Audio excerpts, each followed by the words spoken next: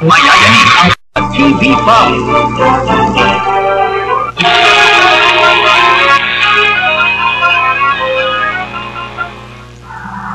Mga kababayan, malapit na ang oras.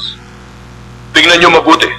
Matyaga naghihintay ang ibang mga kababayan natin sa gilid ng kalsada.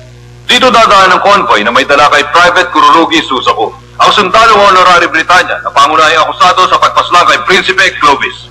Charles, masyado yata ang baba camera 5. Ano, nandyan na ba yung mga tao mo? Ano ka mo? Sa studio? Nako, bahala sila. Hayaan mo lang sila magkagulo doon.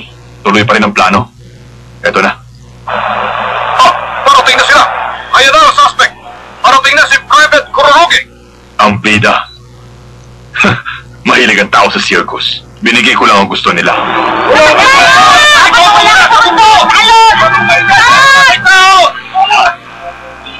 Walang kasalanan si Suzaku. Alam nating lahat yun. Oo nga, pero hindi naman tinatanggap ng korte ang testimonya natin. Wala tayong magagawa. Pero kahit magmukmo ka dyan, wala rin magbabago. Bakit parang ayaw mong gumaan loob ko? Nagsasabi lang ako ng totoo. Parang hindi mo pa alam ang takbo ng sistema nila. Sinubukan na nating tulungan siya pero walang nangyari. Ano pa bang magagawa natin ngayon? Pakinggan niyo mga kaibigan. Pakinggan niyo ang sigawan ng mga tao. Patunay ito na minahal ng mga tao si Prinsipe Clovis. Sumisigaw ang lahat para sa katarungan. Suzaku! Nandito si Commander Jeremiah bilang escort ng akusado. Siya ang inaasahang magbabatay sa kasong ito.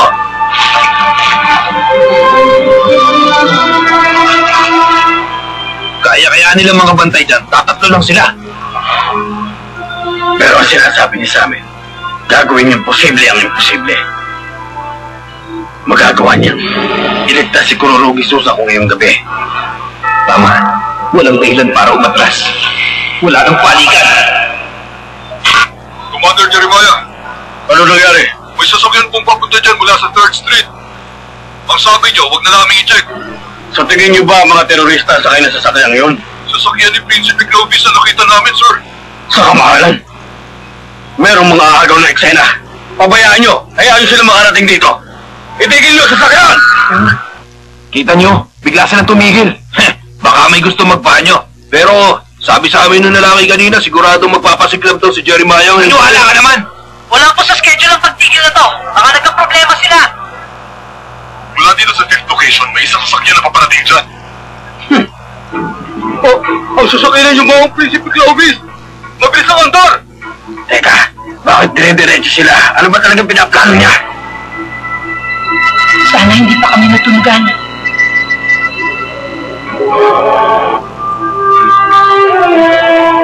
Dalawa lang kayo naniniwala sa akin? Pasensya na.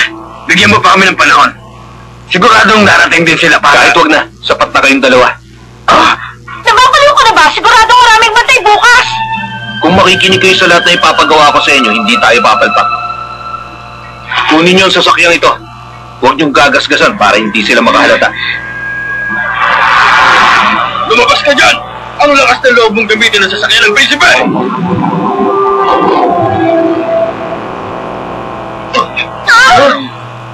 Ang pangalan ko ay Zero. Zero?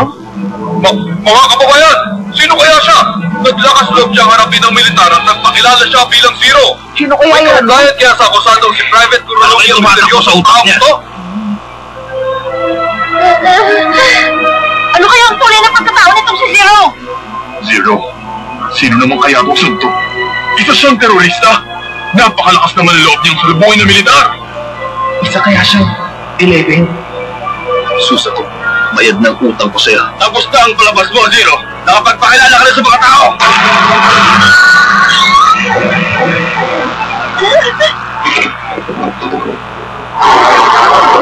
Ngayon, bakit hindi mo pa rin ang maskarang yan?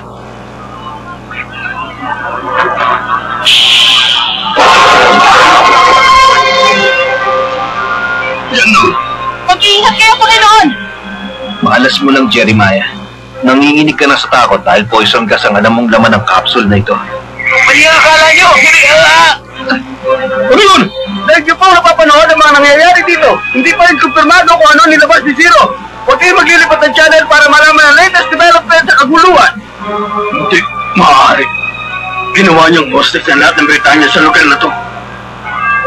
Walang kalam ng mga tao sa tunay na nangyayari.